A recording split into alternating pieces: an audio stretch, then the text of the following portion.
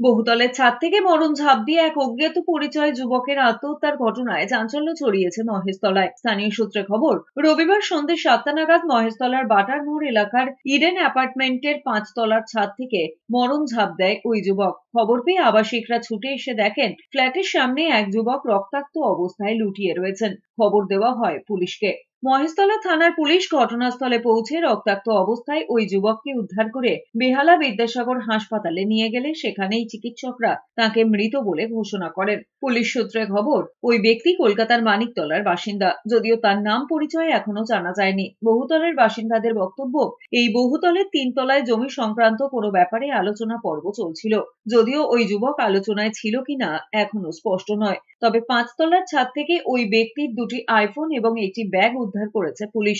এই ঘটনার নেপথ্যে খুন না আত্মহত্যা তদন্ত করতে শুরু করেছে মহেশতলা থানার পুলিশ।